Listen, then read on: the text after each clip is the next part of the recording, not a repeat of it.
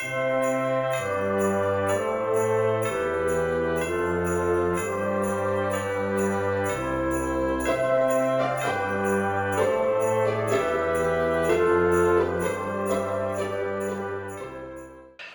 casting on, casting off, weaving in the ends.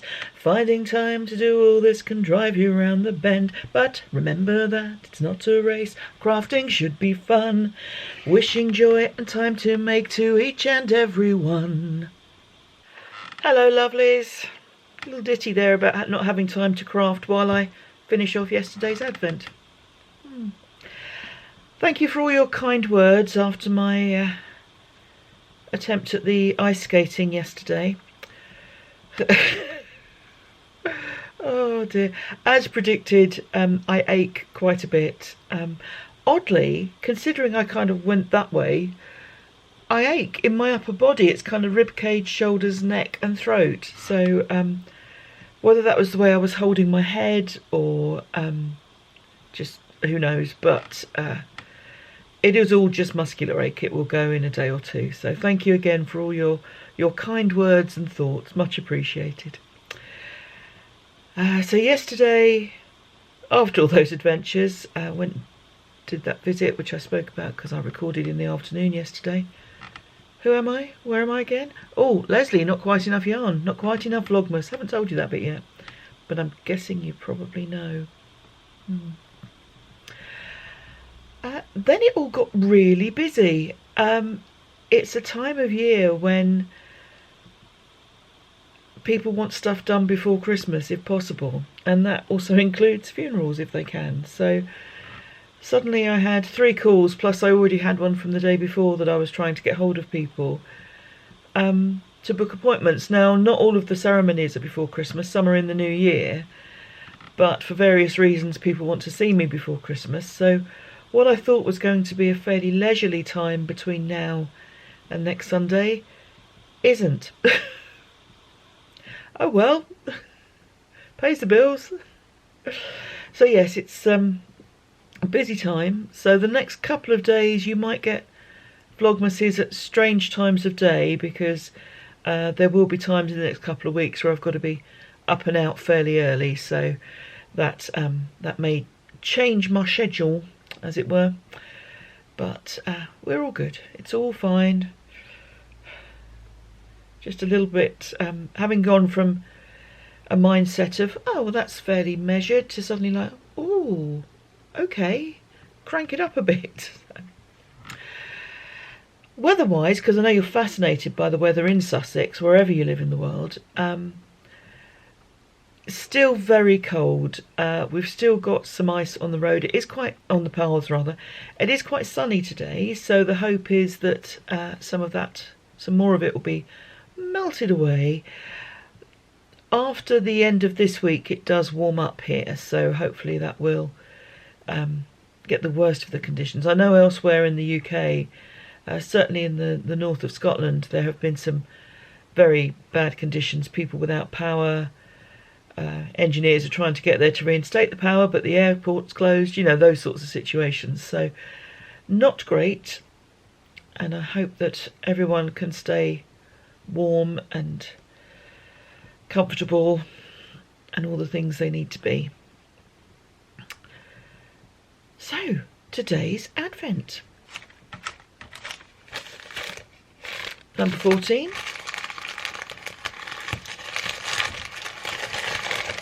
I'm really enjoying this. I'm going to have to think of different things for next year, because you won't want to hear the same memories again. I'm assuming I'm doing Vlogmas next year. Who knows? It's a long time away, but we shall see. So this very pretty yarn is, I think it's a plant-based yarn, possibly even made of milk or sugar or something unusual, rather than your traditional sort of bamboo or cotton. But it's very pretty. I've used it in some kids things in the past. So, gosh, I haven't seen that for a while. Right. And today I have got to go to my bullet journal and read a page I've got of positive affirmations. Now it says to read a particular page number. pretty sure I've rearranged it since then, because I've rearranged it several times. So page number probably wrong, should have put the title of the page instead, but I know which one it is. And it was just a collection of sort of positive thoughts and vibes to help me on days when things aren't feeling so positive. So I shall have a look at that. And the story. It's another story of animals. The time Ginger got stuck under the fridge.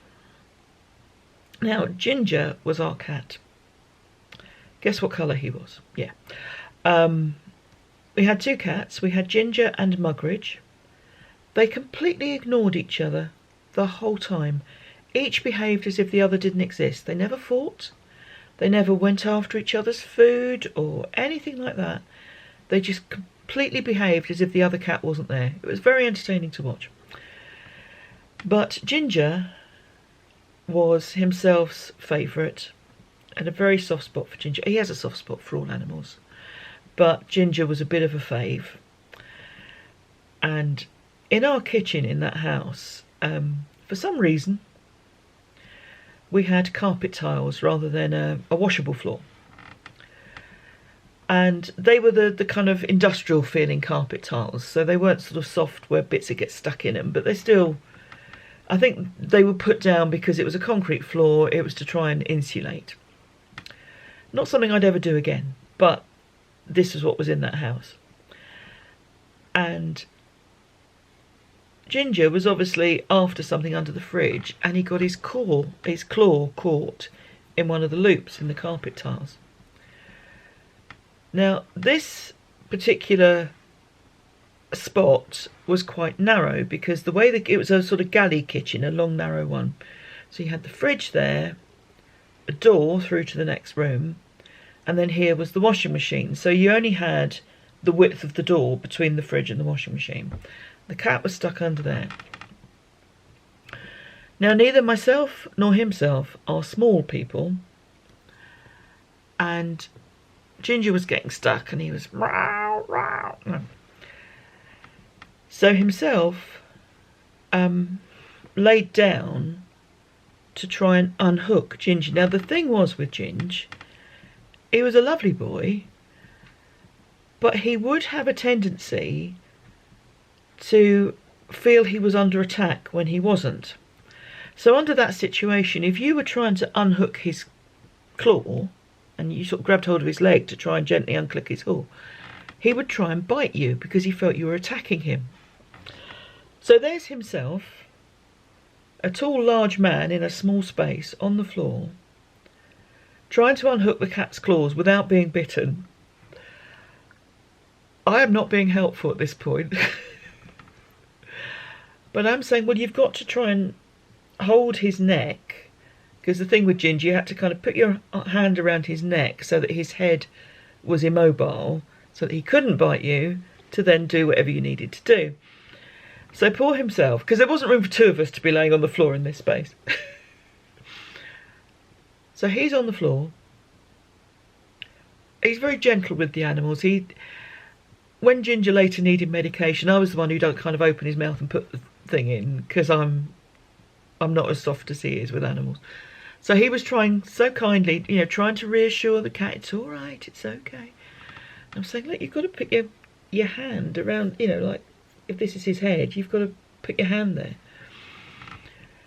And all this while, the cat's going, meow, meow, meow. This was not funny, but it was to me.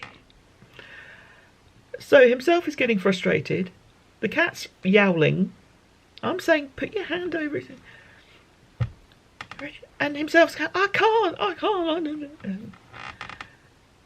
In the end, Ginger unhooked himself, jumped over himself and cleared off.